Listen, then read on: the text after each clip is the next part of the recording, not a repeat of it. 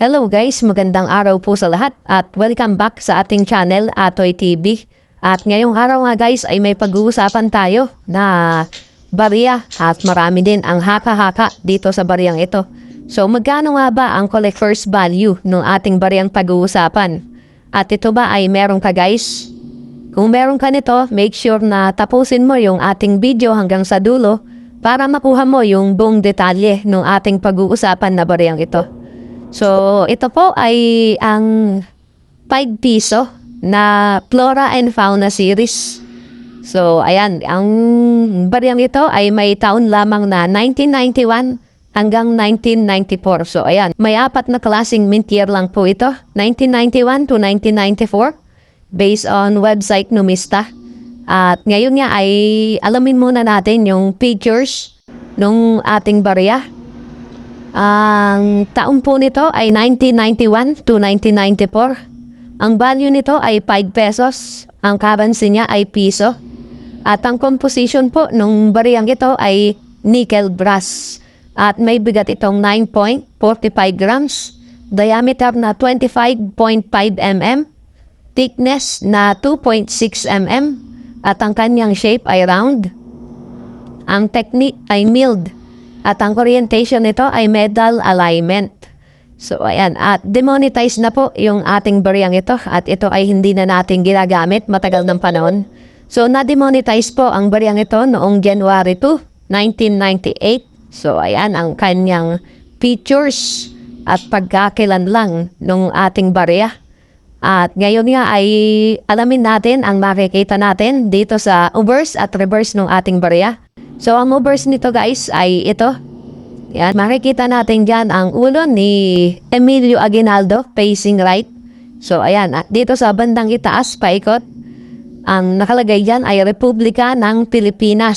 So, ayan, at dito sa bandang gilid niyan, sa kanyang baba, ayan, ang kanyang pangalan, Emilio Aguinaldo. Yan po yung makikita natin dyan. At sa bandang ibaba naman yan ay ang kanyang mint year, 1992. So, yan yung i-update natin guys.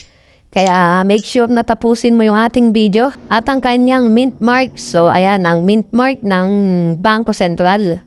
So, ganyan lang kasimple yung ating barya na 5 piso na Flora and Fauna.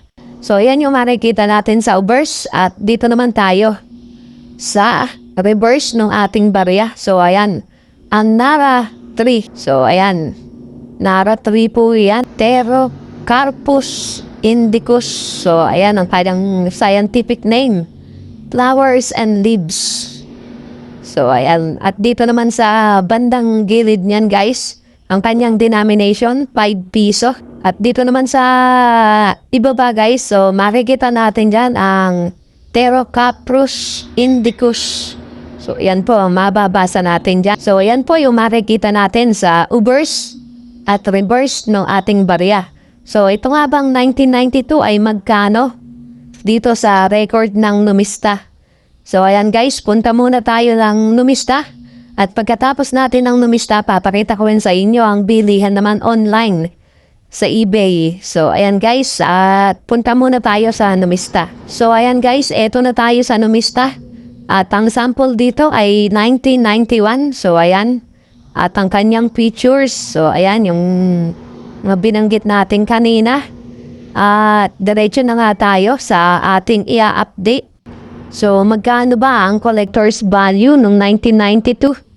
So, ayan guys, makikita nyo, ang 1992 ay may isang variation lang. So, lahat sila may isang variation lang. Ayan, 1991 to 1994. Kaya napakadali din kumpletuhin nung baryang ito guys dahil may 4 na mint year lang. At ang ating ang hawak ay yung 1992. Kaya ito yung ating i-update. So, ayan, may frequency siya na 29%. So, masasabi nating malaki rin yan guys. At ang kanyang collector's value dito sa fine condition, 45 pesos. So, same lang sila ng very fine condition, 45 pesos. At dito naman sa extra fine, 82 pesos. Sa AU condition, 150 pesos. At dito naman sa uncirculated, ayan, ay 270 pesos. So, napakalaki ng kanyang collector's value guys. sa uncirculated condition. So, ayan, 270 pesos. At so far guys, ang record dito sa Numista, ayan, kitang-kita nyo naman, screenshot nyo na lang o picturean nyo. Ang pinakamahal dito ay yung hawak natin na 1992. So, ayan, 270 sa uncirculated condition. So, napakarami din ito guys, kaya kung meron kayong 1992 at sabihin na natin kompleto kayo. So, may hirapan din kayong ibenta yan guys dahil yan ay common lamang. So, masasabi natin common dahil napakalaki ng kanyang frequency na 29%. At ang pangalawang pinakamalapit ditong naka-record ditong 1991, ayan, 110 pesos. So, ayan, at ngayon nga, ay pupunta naman tayo sa eBay. Alamin natin ang bentahan online. So, ayan. At eto na nga tayo guys sa eBay. At dito nakabungad ang 1991. Ayan.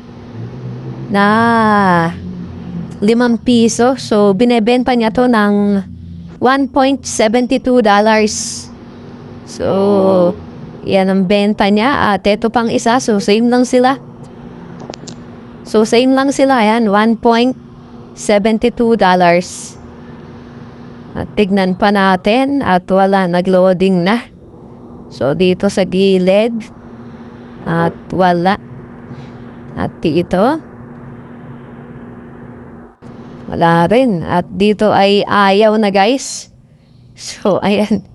Ayaw na niyang magpakita. So, may nakita lang tayo ditong dalawa. Naglo-loading. Mahina yung ating internet. So, ayan guys. At balik nga tayo sa Numista. So, ayan. Ang record sa Numista guys. Tignan nyo na lang. At balik na nga tayo sa ating barya. So, ayan guys. Nakita nyo na yung status ng ating barya. Na hawak na 1992. At itong hawak natin ay napakaganda pa ng kondisyon guys. Marumi lang. At may mga ano na rin dito.